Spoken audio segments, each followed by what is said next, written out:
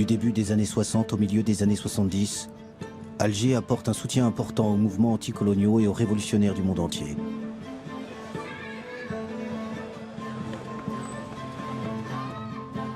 Une fois l'indépendance acquise, après 8 années d'une guerre cruelle, l'Algérie de Ben Bella, puis celle de Boumedienne, sera une terre d'accueil de militants du tiers-monde en lutte contre l'oppression coloniale ou raciale.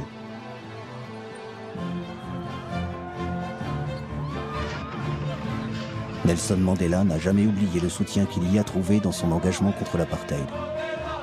Algeria is my country. Alger la Blanche est devenue Alger la Rouge. L'internationaliste Che Guevara y établit sa base arrière.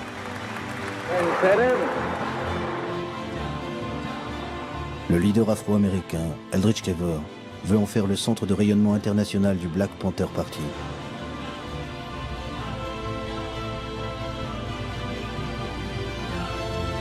Alger est durant plus d'une décennie la Mecque des révolutionnaires.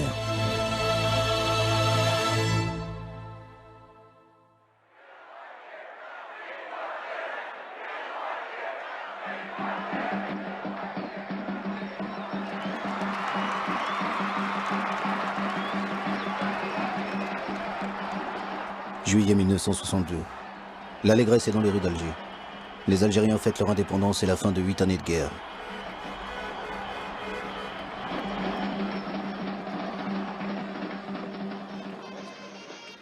En coulisses, une autre lutte commence. Celle des leaders nationalistes pour le contrôle de cette Algérie indépendante. L'homme fort est Ouari Boumedienne, le chef de l'armée de libération nationale, basé à Oujda au Maroc. Son allié est Ahmed Ben Bella.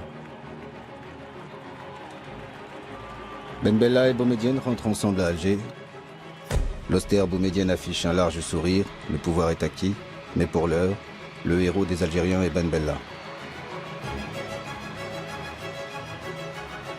Ben Bella devient le président de la République et Boumedienne le numéro 2 du gouvernement et surtout ministre de la Défense. L'aura des Algériens dans le monde en Orient et en Occident est grande. L'un des soutiens de la cause algérienne est John Fitzgerald Kennedy, le président des États-Unis.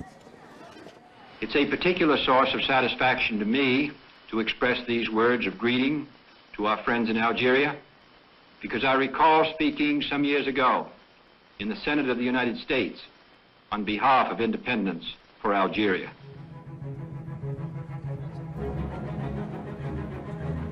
En octobre 1962, Ahmed Ben Bella se rend à New York pour la cérémonie officielle de l'entrée de son pays en tant que 109e membre de l'Organisation des Nations Unies.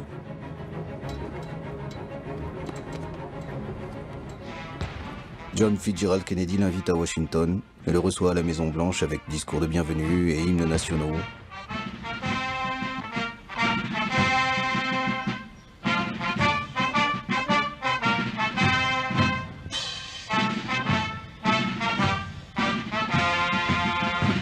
Les fausses notes de l'hymne algérien joué par les Américains n'enlèvent rien à la volonté de Kennedy de marquer cette visite par des gestes amicaux. Même la première dame des États-Unis, Jackie Kennedy, et le petit dernier John viennent voir de près le héros algérien du combat pour l'indépendance.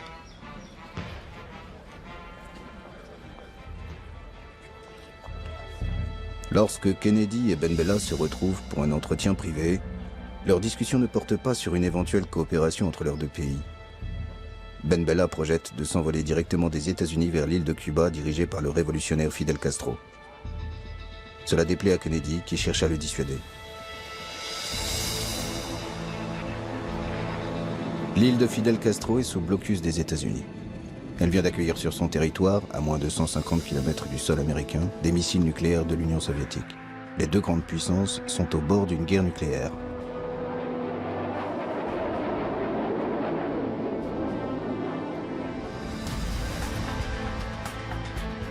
C'est dans ce contexte que Ben Bella arrive à La Havane dans un avion cubain venu le chercher discrètement à New York avec l'accord des Américains malgré le blocus.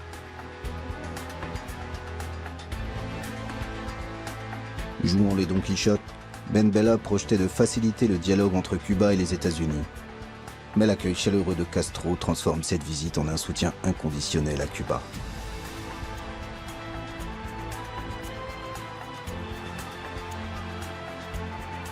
Pour les Cubains, Ben Bella est l'homme qui a défié le blocus des États-Unis pour leur rendre visite.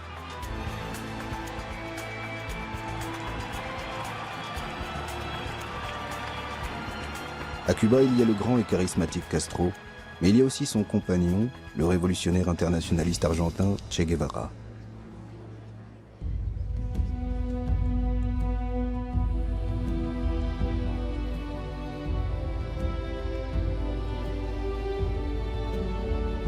Castro, Ben Bella et Che Guevara échafaudent des plans pour aider les révolutions en cours.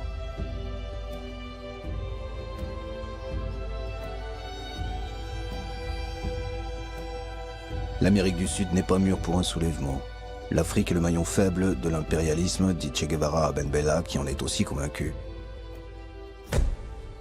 Ben Bella sait que l'Algérie peut jouer un rôle important en Afrique. Le mouvement indépendantiste algérien est un modèle, tant sur le plan de la stratégie militaire que pour ses actions diplomatiques sur la scène internationale. L'Afrique de ce début des années 60 est en pleine ébullition. Plus d'une dizaine de pays entament une lutte armée contre le système colonial, l'apartheid ou un pouvoir imposé de l'extérieur.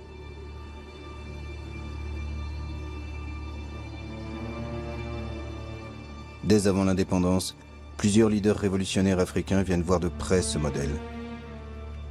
Ben Bella en a rencontré quelques-uns à Oujda, base arrière de l'armée de libération nationale algérienne. Parmi ces leaders, le Sud-Africain Nelson Mandela. Mandela est un militant du Congrès national africain, l'ANC, qui lutte contre la ségrégation raciale de l'apartheid depuis 2 décennies. Il croyait profondément à la non-violence et au droit pour faire changer les choses.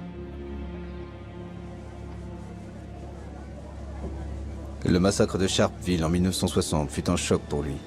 Dans ce township du nord-est de l'Afrique du Sud, des policiers blonds tirent sans sommation sur des manifestants noirs sans armes. Une répression brutale qui fait 70 morts et près de 200 blessés. There are many people who feel that it is useless and futile for us to continue talking peace and non-violence against a government whose reply is only savage attacks on an unarmed and defenseless people. Nelson Mandela abandonne la stratégie de la non-violence et fonde la branche armée de l'ANC. Il entre dans la clandestinité et avec un passeport éthiopien entreprend une tournée des pays africains à la recherche d'aide et de soutien. En mars 1962, il est au Maroc, à Oujda, près de la frontière algérienne. C'est dans ce camp militaire que Mandela participe à quelques entraînements avec des combattants algériens. Il retiendra surtout les leçons de stratégie révolutionnaire prodiguées par les Algériens. La lutte armée n'a pas pour objectif de remporter une victoire militaire, mais de libérer les forces politiques qui feront tomber l'ennemi.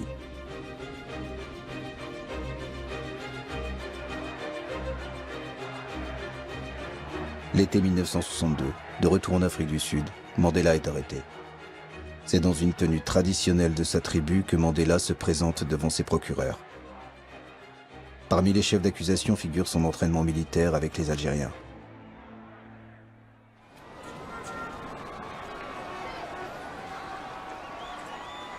À l'automne 1962, Ben Bella dirige un pays désorganisé qui a du mal à se relever de 8 ans de guerre et du départ massif des Européens d'Algérie. Son indépendance acquise, le peuple réclame désormais du travail et des logements. Ces difficultés économiques n'empêchent pas Ben Bella de s'engager pour l'Afrique, dont il fait son domaine réservé. Une revue est dédiée à cette cause, Révolution africaine. La direction est confiée à Jacques Vergès, l'avocat français des militants du FLN algérien durant la guerre d'indépendance. Jacques Vergès connaît plusieurs leaders africains qu'il a rencontrés à Oujda. Révolution africaine affiche dès ses débuts sa dénonciation du colonialisme et de l'impérialisme et leur sainte alliance en Afrique. En ce début de l'année 1963, les principaux collaborateurs de cette revue sont des journalistes français de gauche ou d'extrême gauche.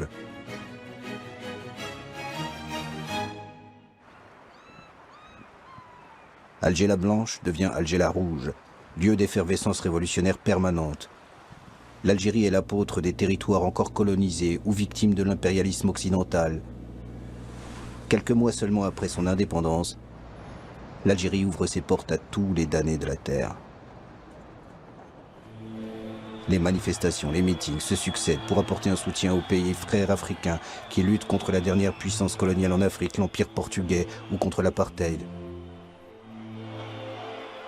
Le sort de l'Algérie indépendante semble dépendre du sort de tous ces combats africains. L'épouvantail de la menace extérieure est agité pour mettre un voile sur les difficultés économiques du pays. Nous devons rester fidèles à ce que nous avons été depuis 7 ans. Et nous pourrions nous trouver isolés, notre propre expérience ici pourrait se trouver menacée de l'extérieur et par la même remise en cause. Nous pensons donc que l'action sur le plan extérieur est le complément naturel d'une véritable action sur le plan interne. Le premier mouvement de libération accueilli à Alger est l'ANC de Nelson Mandela, à qui le gouvernement algérien attribue dès 1963 un bureau en plein centre-ville.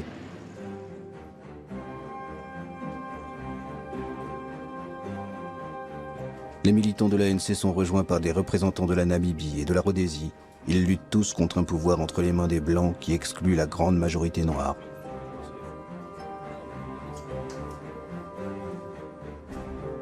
Comment vivez-vous ici? Avec quel argent? Avec quels moyens? Eh bien, c'est grâce à le soutien du gouvernement algérien, du parti. C'est lui qui vous donne de l'argent, qui vous donne les moyens de vivre, qui vous loge? Qui nous loge, donne tout ce que dont nous avons besoin, y compris les billets de voyage pour assister aux conférences internationales, afin de mobiliser l'opinion internationale. L'année suivante, d'autres mouvements de libération africains s'installent dans la capitale algérienne.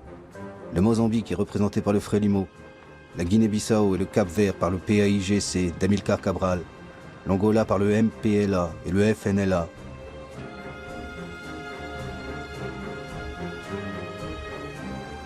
Certainement que tu bouges pas, hein?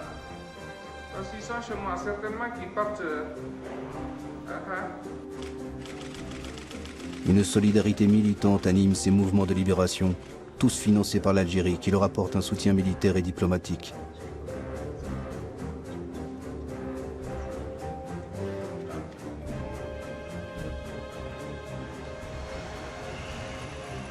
Une belle villa au centre-ville est mise à leur disposition. C'est là que le Guinéen Amilcar Cabral tient ses conférences à chacun de ses séjours dans la capitale algérienne. Le dirigeant du Parti africain pour l'indépendance de la Guinée et du Cap-Vert, le PAIGC, sait que la guerre se gagne aussi sur le terrain diplomatique. Alors Alger est devenu une caisse de résonance de son combat pour la liberté. Cabral, qui a le sens de la formule, qualifie un jour Alger de Mecque des révolutionnaires. À un journaliste qui lui demande d'expliquer cette formule, Cabral répond « Les musulmans vont en pèlerinage à la Mecque, les chrétiens au Vatican et les mouvements de libération à Alger. »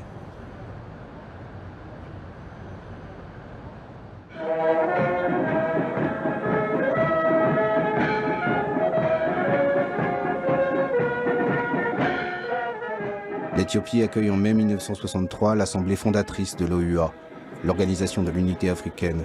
30 pays, pour la plupart indépendants depuis peu, se retrouvent à Addis Abeba. L'empereur Haïlé Sélassié, qui dirige un pays d'une extrême pauvreté, reçoit les chefs d'État avec une profusion de luxe. La nouvelle organisation africaine appelle à l'émancipation totale des territoires africains qui ne sont pas encore indépendants. Pour l'Algérien Ben Bella, l'OUA doit s'impliquer davantage. Nous nous sommes battus pendant 7 ans et demi contre l'impérialisme le plus obstiné qui ait jamais existé. Nous n'avons pas le droit de penser à mieux manger quand des gens tombent en Angola, en Mozambique, en Afrique du Sud. Mais il y a une rançon à payer pour faire en sorte que notre solidarité soit effective. Eh bien, acceptons tous de mourir un peu, ou tout à fait, pour que l'unité africaine ne soit pas un mot creux.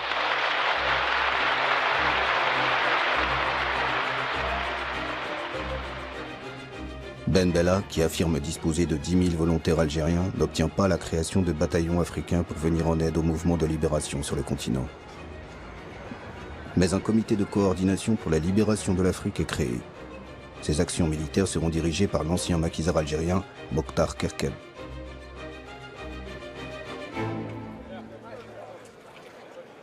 Ben Bella se voit en Castro africain. Il revêt une tenue militaire pour des actes symboliques, comme la destruction d'un bidonville.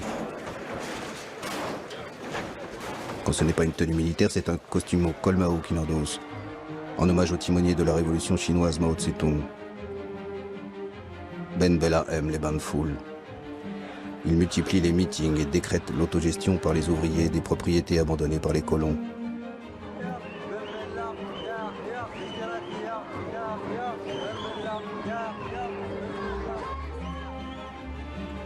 Alger la révolutionnaire se doit d'être exemplaire, donner l'image d'une ville propre, en mobilisant sa population par des slogans, à l'instar de ceux que l'on trouve dans les pays communistes de l'Europe de l'Est. L'option socialiste est engagée, proclame la propagande gouvernementale, mais un socialisme compatible avec la religion, l'islam.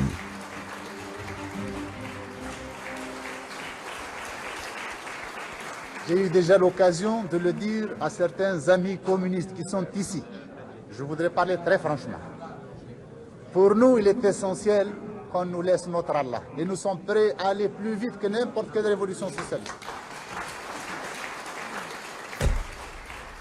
Ben Bella interdit le Parti communiste algérien au nom de la nécessité de construire un régime de parti unique, le FLN.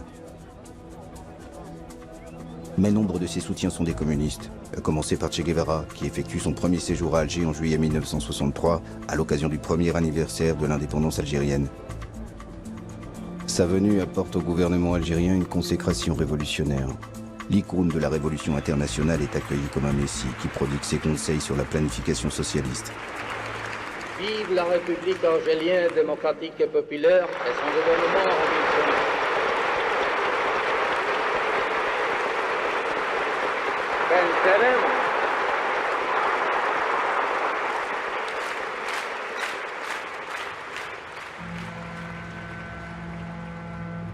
L'autre grand ami de Ben Bella est le leader du monde arabe, Gamal Abdel Nasser, le président égyptien, qui arrive sur un bateau baptisé El Houria, la liberté. Les deux hommes se connaissent depuis les années 50, lorsque Ben Bella était accueilli au Caire durant la guerre d'Algérie. Alger l'africaine est devenue durant quelques jours Alger la ville arabe et réserve un accueil triomphal aux raïs égyptiens. C'est sur un camion de pompiers que s'effectue leur déplacement pour les protéger de la ferveur d'une foule immense.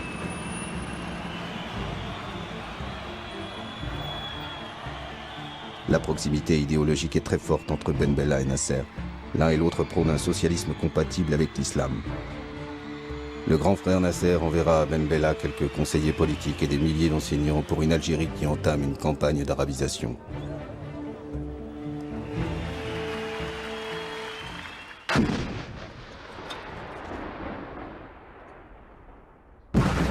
À l'automne 1963, une guerre éclate entre l'Algérie et son voisin marocain qui conteste le tracé de la frontière entre les deux pays dans le sud du Sahara. Un tracé hérité de l'ère coloniale, jamais accepté par le Maroc, qui décide de récupérer par la force la bande de sable revendiquée. L'armée algérienne ne fait pas le poids face à l'armée marocaine.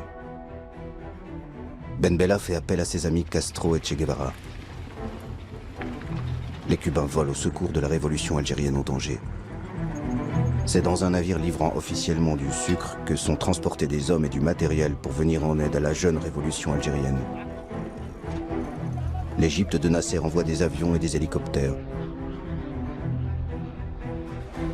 Une guerre des sables qui se termine par un compromis. La zone revendiquée est démilitarisée. Ben Bella et le roi du Maroc Hassan II signent un accord sous l'égide de l'Organisation de l'Unité africaine.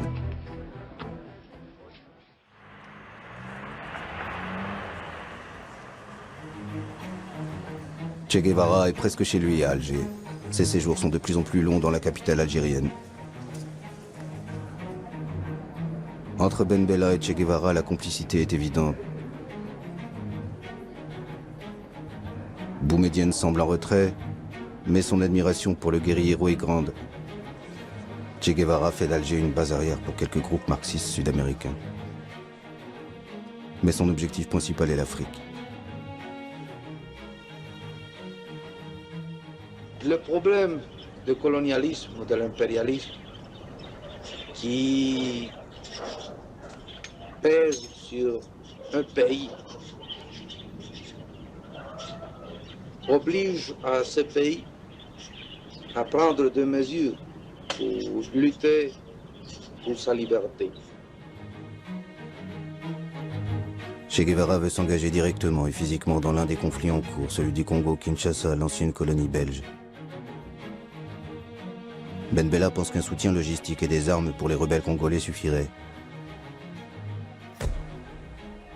Ils veulent l'un et l'autre mettre fin au règne de Moïse Tshombe, l'homme des Américains en Afrique et un des responsables de la mort de Patrice Lumumba. Patrice Lumumba était le père de l'indépendance du Congo belge. Devenu Premier ministre en juin 1960, Lumumba était en conflit avec l'ancienne puissance coloniale, la Belgique, qui voulait garder un contrôle sur le pays.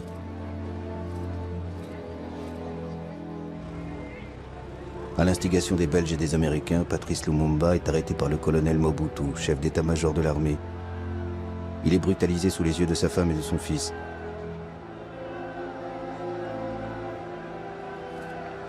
Mobutu le livre à Moïse Tshombe qui contrôle le Katanga, une riche province du Congo. Tshombe torture puis exécute Lumumba en janvier 1961.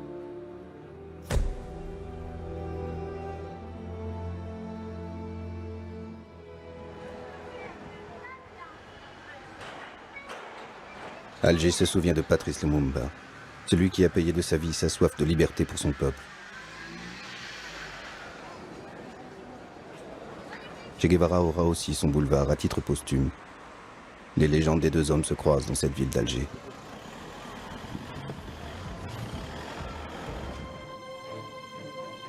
Début 1965, Che Guevara prépare son expédition au Congo pour aider la mouvance marxiste au sein des rebelles lumumbistes.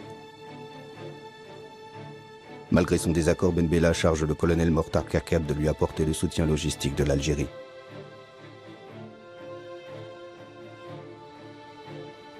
Che Guevara rejoint le maquis congolais en avril avec quelques guérilleros cubains chargés de l'instruction militaire des Congolais. Après quelques mois, cette expédition est un échec. Le Che et ses guérilleros se retirent du Congo et quittent l'Afrique pour d'autres foyers de guérilla en Amérique du Sud.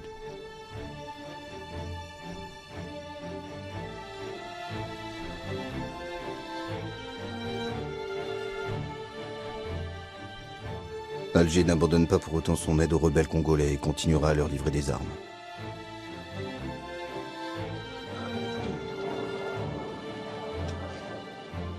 En Angola, où plusieurs mouvements luttent contre le colonialisme portugais,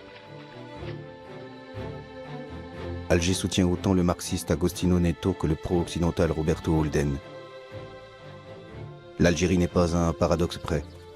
Elle aide un homme largement financé par les Américains qui ne veulent pas que les marxistes prennent un jour le pouvoir en Angola.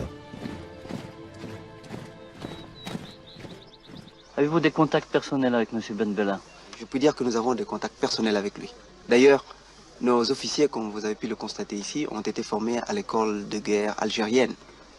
Et ce qui fait que nos contacts avec les Algériens sont très bons et très poussés.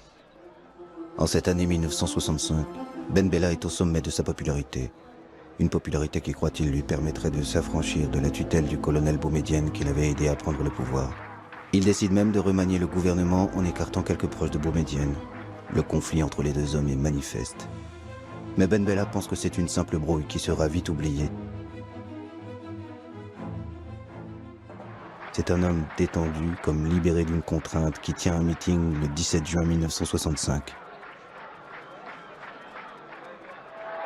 Certains commentaires de presse, ou ce qu'appelle cette presse, d'éventuels conflits qui existeraient au sein de la direction révolutionnaire en Algérie.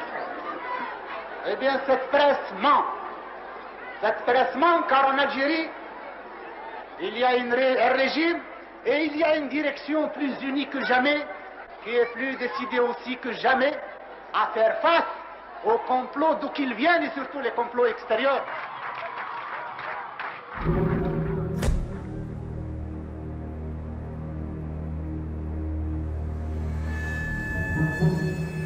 Deux jours plus tard, les Algérois découvrent à l'aube des chars en plein centre-ville. La plupart croient que c'est du cinéma. Depuis quelques semaines, le tournage d'un film sur la guerre d'Algérie a habitué les Algérois à la présence de chars dans les rues de la ville. Peuple algérien, un conseil de la révolution a été créé. C'est par un communiqué diffusé en boucle à la radio que les Algériens apprennent le coup d'État. Ben Bella a été renversé dans la nuit par des hommes qui agissent au nom d'un conseil de la révolution.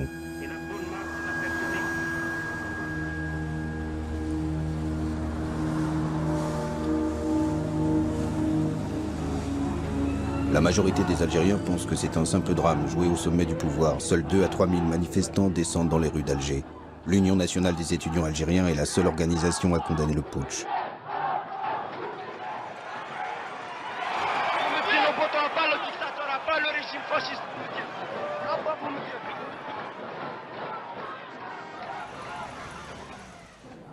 Le pouvoir acquis, il reste aux hommes de Boumedienne à faire oublier leur image de putschiste et redorer le blason révolutionnaire de l'Algérie auprès de la presse internationale. Rien n'est changé en Algérie. Quant aux lignes fondamentales, quant aux principes, nous revenons seulement à la source. La source révolutionnaire est sur la base des principes inscrits en lettres de sang au cours de cette année et demie de lutte. Le colonel Boumedienne prend les rênes du pays. Ses hommes de confiance sont Qaïd Ahmed et Abdelaziz Bouteflika, qui étaient tous les deux à ses côtés déjà avant l'indépendance. Boumedienne cumule les fonctions de président du Conseil et de ministre de la Défense, car il sait que l'armée est la véritable détentrice du pouvoir en Algérie, une armée qui sera de mieux en mieux structurée et équipée. Après le coup d'État, le style a changé, mais pas les orientations de politique étrangère. La flamboyance de Ben Bella fait place à la sobriété de Boumedienne. Alger reste fidèle au principe de soutien inconditionnel aux exilés et militants venus de tous les continents. Même les petites organisations comme le Mouvement pour l'autodétermination et l'indépendance de l'archipel des îles Canaries sont aidées par Boumedienne. Le mouvement d'Antonio Cubio mène une campagne internationale contre la domination espagnole du régime franquiste sur les îles Canaries. Sous Boumedienne, Alger continue à être la capitale des révolutionnaires de toutes obédiences. Avant, Moscou était le centre de tous les mouvements révolutionnaires à l'époque. Maintenant, c'est devenu... Enfin, vous savez, il y a un déplacement du centre de gravité. Oui, des centres de gravité révolutionnaires vers le tiers-monde. C'est-à-dire qu'Alger est devenu à peu près cette espèce de... il va jouer le rôle qu'il jouait Moscou à l'époque de l'international ou de la Comintern, si vous voulez. Une espèce de centre de tous les mouvements de libération. L'hospitalité algérienne est sans limite. Près d'une vingtaine d'organisations trouvent refuge à Alger. Mais cette hospitalité n'est pas sans nuance ni hiérarchie. Il y a ceux dont la représentation a rang d'ambassade et sont logés dans les villas de quartiers chics ou dans de beaux appartements du centre-ville. Et ceux qui sont relégués en périphérie et à qui on conseille la discrétion, comme le Front de libération du Québec ou le Front de libération de la Bretagne française.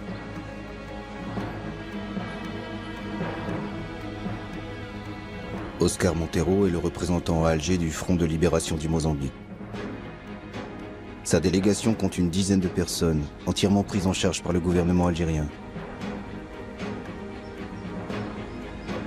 L'Algérie assure également l'entraînement militaire de plusieurs centaines de combattants mozambicains.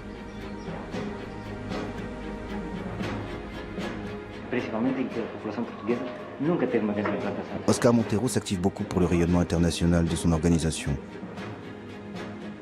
Mais c'est la solidarité avec les autres mouvements de libération qui luttent contre l'empire colonial portugais qui lui paraît essentielle.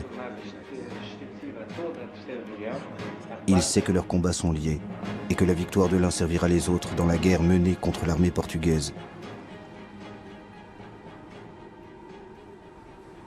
C'est difficile de dire combien de temps va durer notre lutte. Nous ne faisons pas de pronostics. Nous disons, comme disaient d'autres camarades de combat, nous disons en réponse à cela, eh bien, combien de temps les Portugais peuvent continuer à faire la guerre? Combien de temps veulent-ils continuer à la faire? Veulent-ils la faire 1 an? Nous ferons 1 an et 1 jour. Veulent-ils la faire 10 ans? Nous ferons 10 ans et demi. Tous les autres d'Alger n'ont pas choisi de venir dans cette ville. L'ancien assassin de Lumumba, Moïse Tshombe, est arrivé en Algérie suite à un détournement d'avion.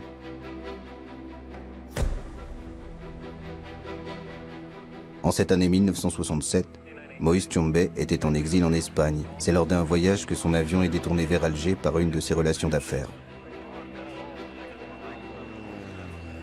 2 ans auparavant, Moïse Tshombe avait été destitué de son poste de Premier ministre et condamné à mort par contumace par celui qui est devenu le maître absolu du Congo-Kinshasa, Joseph Désiré Mobutu. Mobutu, probable commanditaire du détournement d'avion avec l'aide de la CIA, envoie une délégation à Alger pour demander à Boumedienne l'extradition de Tshombe. Boumedienne tergiverse et finalement refuse. Nous avons parlé de crimes contre l'humanité africaine. Ce qu'il a fait au Congo, les intérêts qu'il a servis là-bas, l'assassinat de Lumumba et d'autres patriotes congolais font que nous le considérons comme quelqu'un qui relève de la justice de son peuple, certes, mais également de la justice de toute l'Afrique et de tout le monde progressiste. Sans véritable procès, Tshombe reste prisonnier du gouvernement algérien. Celui qui était habitué au grand luxe termine sa vie dans une villa de style mauresque au mobilier modeste. Il meurt le 29 juin 1969. Boumedienne, qui ne veut pas être considéré comme l'assassin de Tshombe, fait faire plusieurs expertises par des médecins légistes étrangers qui concluent tous à une mort naturelle suite à une crise cardiaque.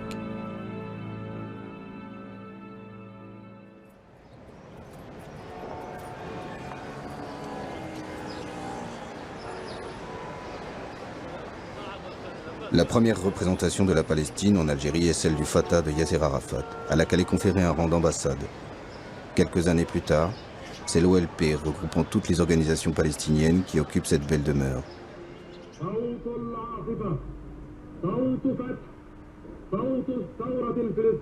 Vers le milieu des années 60, on trouve à Alger plusieurs milliers de Palestiniens. La plupart d'entre eux sont des réfugiés, étudiants ou travaillant pour l'Algérie.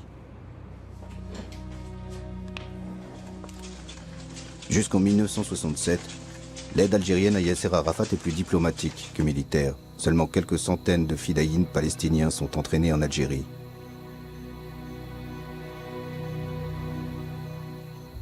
أتوجه إلى إخواننا في الجزائر ليقفوا هذه الوقفة، وأنا أذكر قول لبعض إخواني المجاهدين أيام الثورة الجزائرية كانوا يقولون أننا لا نستطيع أن نقول أن الجزائر قد حررت ما دام فلسطين تحت نير الاستعمار.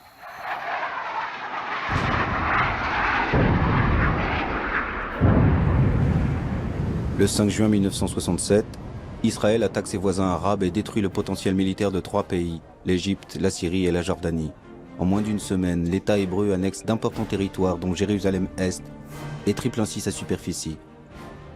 L'armée égyptienne, la plus importante de la région, est dévastée. Le cessez-le-feu réclamé par l'ONU est accepté par les armées arabes défaites. Une humiliation envahit le monde arabe. À Alger, cette défaite est vécue comme un séisme, malgré l'éloignement du champ de bataille. Les Algériens descendent dans la rue pour réclamer vengeance et poursuite de la guerre. L'impérialisme anglo-américain est pointé du doigt comme responsable et coupable d'avoir armé Israël. Il ne fait aucun doute qu'au Moyen-Orient, l'impérialisme a frappé par instruments interposés. Si nous ajoutons cet élément aux autres éléments africains, peut-être même qui sont passés en Asie ou en Europe, d'autres, nous sommes obligés d'aboutir à la conclusion qu'il y a un plan impérialiste qui est mis en application. Le gouvernement algérien rompt ses relations diplomatiques avec les États-Unis. Les représentations américaines sont attaquées, le centre culturel saccagé. Des volontaires se déclarent prêts à aller au combat aux côtés de leurs frères arabes. Ouari Boumedienne se met au diapason de son peuple et mobilise son armée qu'il envoie en Égypte. Mais l'Égypte n'est pas en état de reprendre le combat. L'armée algérienne reviendra au pays au bout de quelques mois, sans avoir combattu.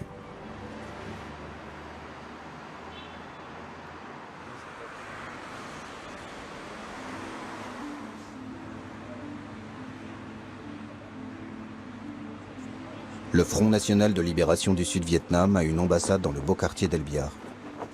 Les Algériens ont une dette envers les Vietnamiens. En 1954, c'était la victoire des communistes vietnamiens contre l'empire colonial français à Dien Bien Phu qui a donné des ailes au FLN algérien pour engager une lutte armée. La solidarité avec la résistance sud-vietnamienne trouve un important écho auprès des Algériens.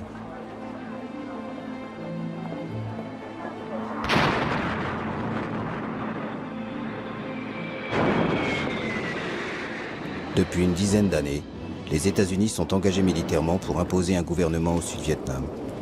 Les atrocités de cette guerre suscitent une très grande émotion à travers le monde entier. La mobilisation dans les villes américaines rassemble des foules immenses. Chaque jour, les jeunes qui refusent d'aller faire la guerre sont plus nombreux. Les Noirs américains sont les plus hostiles à cette guerre contre un peuple qui ne leur a rien fait. Aucun Vietnamien ne m'a traité de nègre, affichent certaines pancartes de manifestants. Stokely Carmichael, théoricien du pouvoir noir, et un des leaders du Black Panther Party, le mouvement radical contre les discriminations, appelle les Afro-Américains à déserter l'armée et refuser d'aller se battre au Vietnam. Pourchassé par le gouvernement américain, Carmichael trouve refuge à Alger en 1968. Il est devenu un ennemi de son pays. And it is important that we begin now to visit African countries so that when the United States invades Africa, as she will have to in the coming years, we will have developed a revolutionary consciousness among African Americans that they will not fight. En 1969, c'est un autre leader du Black Panther Party, Eldridge Cleaver, qui demande asile à Alger, fuyant les États-Unis après des affrontements violents avec la police. Le gouvernement algérien l'accueille généreusement, met à sa disposition une villa dans le quartier d'El Biar et lui alloue une bourse mensuelle.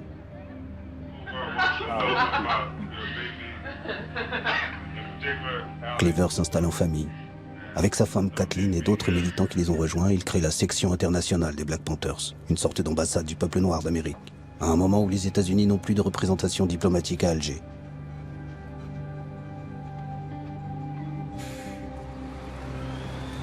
Un centre culturel afro-américain est installé dans la rue la plus fréquentée, au centre-ville. Les jeunes Algériens découvrent ainsi les États-Unis à travers le combat des Noirs américains.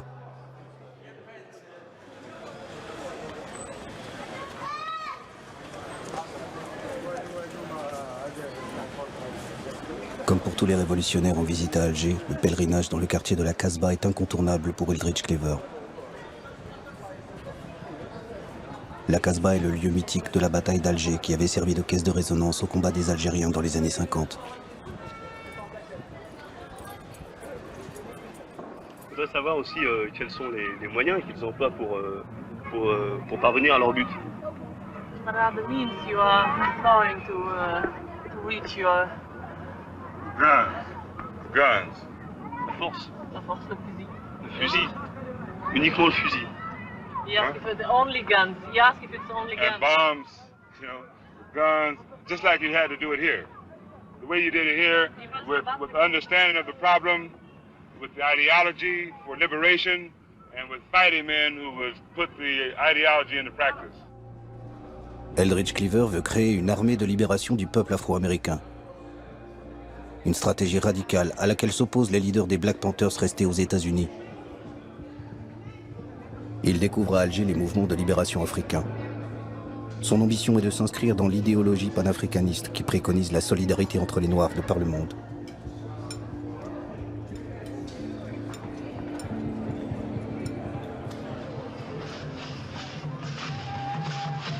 Le combat des Noirs, d'où qu'ils viennent, a une tribune, la capitale algérienne. Le temps d'un été, Alger est la capitale de l'Afrique, en accueillant le premier festival panafricain.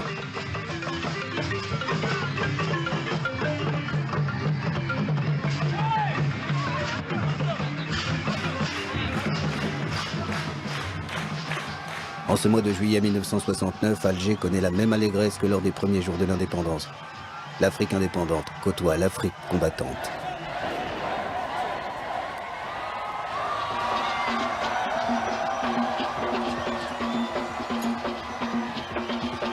Un brassage de population envahit Alger. La ferveur emporte une jeunesse algérienne qui a soif de liberté. Des femmes dansent seins nus dans les rues de cette ville musulmane. Des scènes qui ne se reproduiront jamais.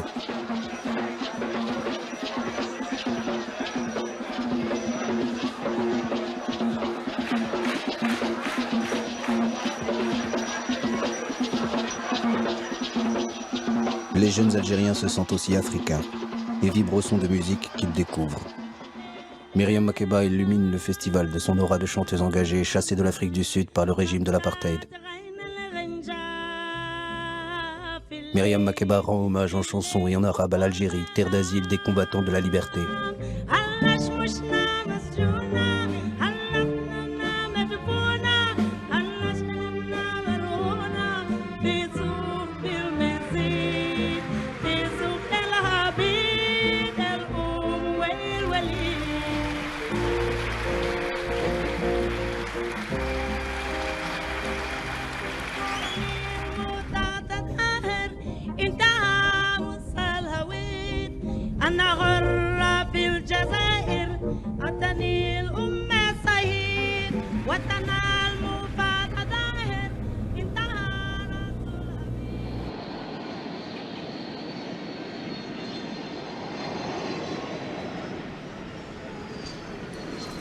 En juin 1970, un avion en provenance de Rio de Janeiro arrive à Alger. Pour les 40 militants révolutionnaires brésiliens qui sont à bord, l'Algérie est leur terre de liberté. Ils viennent tous de sortir des prisons de la dictature brésilienne, en échange de l'ambassadeur allemand pris en otage par leurs camarades. À la violence de la dictature qui emprisonne et torture quiconque leur paraît suspect, ces militants d'extrême gauche ont choisi une autre violence, le terrorisme, pour alerter l'opinion internationale. Nous attaquons d'abord aux diplomates parce que eux, ils sont responsables, ils sont complices de la dictature. La dictature au Brésil, elle ne tiendrait pas si elle n'avait pas un gros appui financier et politique venant de l'extérieur. En un peu plus d'une année, 4 diplomates occidentaux sont pris en otage au Brésil. Parmi les exilés arrivés en 1970, se trouvent d'anciens preneurs d'otages, comme certains auteurs du rapt de l'ambassadeur américain, un an auparavant. Si les prisonniers que vous réclamiez contre l'ambassadeur américain n'avaient pas été libérés, est-ce que vous auriez tué l'ambassadeur Elbrick? Oui. Militants radicaux, simples opposants politiques. L'Algérie est la terre d'accueil de tous ceux qui luttent contre la dictature militaire au Brésil depuis 1964. Apollonio de Carvalho et ses camarades sont logés au centre familial de Ben Aknoun, sur les hauteurs d'Alger.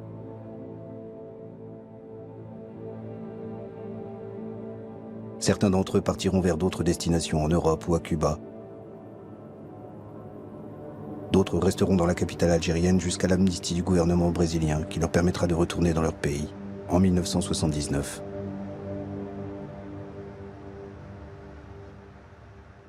A Delta Airlines DC-8 hijacked yesterday in Florida landed today in Algeria. Aboard it were the crew, 8 people, the hijackers, 3 men and 2 women, the women accompanied by their 3 children. A $1 million ransom extorted by the hijackers in Miami. 2 ans après les Brésiliens, ce sont des Afro-Américains, auteurs de détournements d'avions aux États-Unis, qui choisissent l'Algérie comme destination. À l'été 1972, 2 avions américains atterrissent à l'aéroport d'Alger. Les pirates arrivent avec des rançons extorquées aux compagnies aériennes et veulent rejoindre les Black Panthers.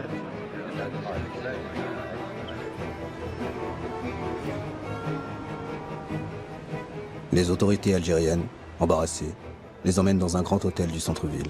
Après plusieurs jours d'interrogatoire, la police algérienne les laisse rejoindre la bande de Cleaver, mais confisque l'argent des rançons qui sera rendu aux compagnies aériennes. Eldridge Cleaver est furieux. Pour lui, cet argent doit financer son combat révolutionnaire contre les États-Unis. Il demande aux pirates, qui sont désormais sous sa tutelle, de lire une lettre ouverte au gouvernement algérien. We are shocked and bewildered to be branded as criminals for our revolutionary activities and to see our successful revolutionary actions threatened with ultimate defeat by the Algerian government. It was the United States government itself that requested of the Algerian government to allow the plane to land in Algeria. We feel that by allowing the plane to land in Algeria, the Algerian government is not obligated to go one step further and play the part of policeman for the United States government. L'accusation d'être aux ordres des États-Unis est insupportable pour les Algériens.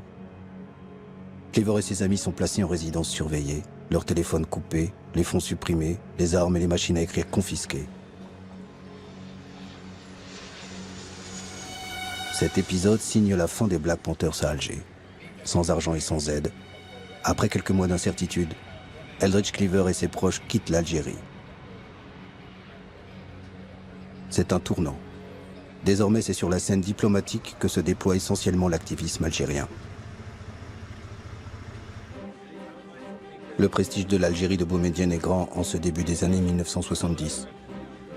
Mais sa solidarité avec tous les damnés de la terre ne peut masquer le sous-développement dont souffre le pays. Il est temps pour l'Algérie de mener le combat qui ouvrira la voie au développement économique. Et cela passe par le contrôle de ses matières premières.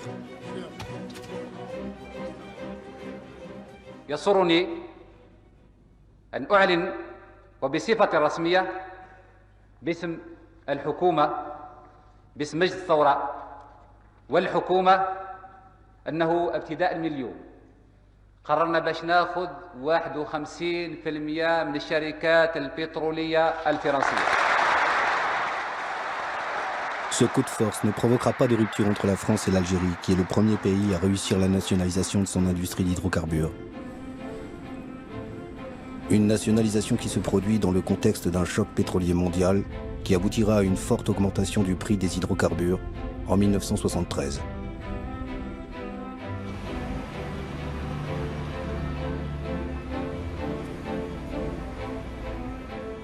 Cette même année, Houari Boumedienne accueille à Alger le sommet des non-alignés en leader du tiers-monde.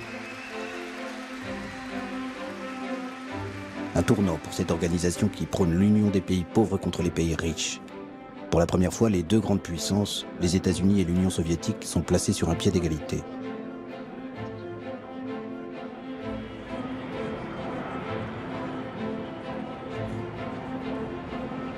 L'année suivante, c'est cette idée d'un nouvel ordre économique mondial que Houari Boumedienne défend à l'ONU. Depuis 1962 et la cérémonie qui avait officialisé l'entrée de l'Algérie à l'ONU, c'est la première fois qu'un président algérien se rend à New York. C'est l'occasion choisie par Richard Nixon pour l'inviter à Washington. Une rencontre importante pour le président américain qui déroge à la règle en vigueur: ne jamais recevoir à la Maison-Blanche le chef d'État d'un pays avec lequel les États-Unis n'ont pas de relations diplomatiques. Henry Kissinger, le chantre de la réelle politique, prolonge les discussions avec le président algérien. Depuis le départ des Black Panthers d'Alger, aucune tension n'existe entre les deux pays. L'un et l'autre pensent que c'est le moment de rétablir leurs relations diplomatiques rompues depuis 1967. L'Algérie pourra enfin vendre son pétrole et son gaz aux États-Unis et financer ses grands projets industriels. En cette même année 1974, l'Assemblée générale de l'ONU désigne à l'unanimité Abdelaziz Bouteflika pour présider sa 29e session. Le diplomate révolutionnaire, comme le surnomme Kissinger, joue les agitateurs et fait de l'ONU une tribune pour les mouvements de libération. Bouteflika rallie habilement une grande majorité de pays à la cause palestinienne et accueille Yasser Arafat à l'ONU. Le dirigeant palestinien découvre que la diplomatie est aussi importante que la lutte armée et fait pour la première fois une offre de paix.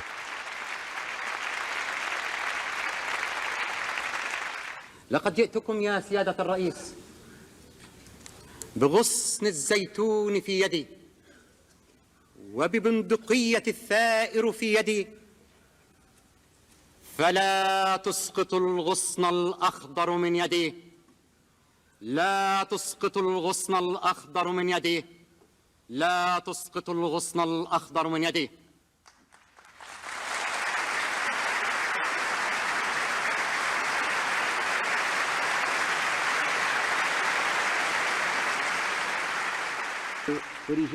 L'autre coup d'éclat de l'Algérien Bouteflika est l'exclusion de l'Afrique du Sud. Le régime de l'apartheid perd son siège à l'ONU, malgré le soutien des États-Unis et de la Grande-Bretagne. C'est une victoire personnelle pour Bouteflika. What a travesty we have witnessed here today. What a ploy to deny a country its rights to address this assembly. I object strenuously to this shameful action. Thank you. Aucun représentant de l'Afrique du Sud ne siégera plus à l'ONU jusqu'à la fin de l'apartheid et la libération du héros sud-africain Nelson Mandela. 3 mois après sa libération en 1990, il se rend à Alger pour remercier les Algériens de leur aide. Nelson Mandela n'a jamais oublié son entraînement militaire aux côtés des combattants algériens. En 1962. The government and people of Algeria have given us tremendous, massive support in the form of funds, in the form of materials, in the form of weapons, and in the form of moral support.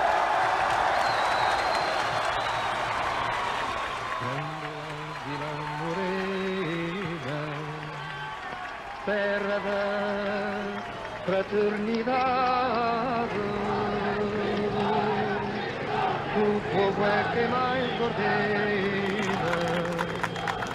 Portugal, dirigé jusque-là par un régime fasciste, devient une terre de fraternité au cours de cette année 1974. Des officiers opposés à la guerre coloniale menée par leur pays depuis une quinzaine d'années prennent le pouvoir à Lisbonne. Qu'est-ce que vous pensez des mouvements de libération africains? Moi, de ma part, je suppose qu'ils ont le droit à la liberté, comme l'Algérie, quoi. Parce qu'ils auront le droit à la liberté, ils sont dans leur pays. C'est où, quoi, c'est pas nous. Le peuple portugais apporte un immense soutien à ce putsch militaire, d'autant que le pouvoir est très vite transféré aux mains des civils. L'un des hommes qui incarne ce pouvoir est le socialiste Mário Soares, qui devient ministre des Affaires étrangères. La révolution des œillets ouvre la voie aux indépendances des colonies. Les négociations avec les mouvements de libération peuvent enfin commencer. Le premier accord de paix est signé dans la capitale algérienne entre Mário Soares et Pedro Pires, le représentant du Parti africain pour l'indépendance de la Guinée et du Cap-Vert. Le grand absent à Alger en ce mois d'août 1974 est le leader historique guinéen Amilcar Cabral, assassiné à Conakry un an plus tôt par des membres de son parti.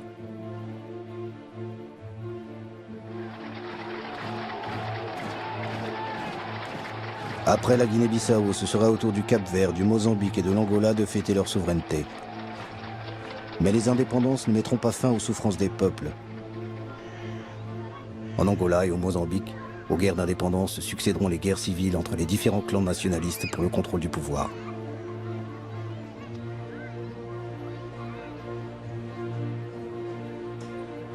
Ouari Boumedienne, qui avait pris le pouvoir par un putsch militaire, est au sommet de sa popularité en ce milieu des années 1970.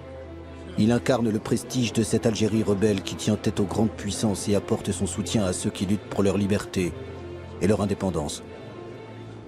Un pays tiraillé entre un idéal révolutionnaire hérité de sa guerre de libération et les exigences d'un peuple avide de progrès économique et de liberté démocratique. L'Algérie change, mais elle continuera à être pendant encore quelques années une destination privilégiée des pirates de l'air et preneurs d'otages. Ainsi, le terroriste Carlos choisira Alger en décembre 1975 pour libérer les ministres de l'Organisation des pays exportateurs du pétrole, pris en otage à Vienne en Autriche. C'est le cas également des militants de l'armée rouge japonaise qui détourneront un avion en octobre 1977 pour faire libérer 6 de leurs camarades. Dans les deux cas, le gouvernement algérien justifiera l'asile donné aux terroristes par des raisons humanitaires. La vie des otages contre la liberté garantie aux terroristes. Un accord que le ministre algérien des Affaires étrangères, Abdelaziz Bouteflika, respectera scrupuleusement. Pour les Algériens, leur fierté est d'avoir accueilli ceux qui ont lutté contre le système colonial, le racisme et les gouvernements réactionnaires en Afrique. Alger restera dans les mémoires. Elle aura été durant plus d'une décennie la Mecque des révolutionnaires. avenir.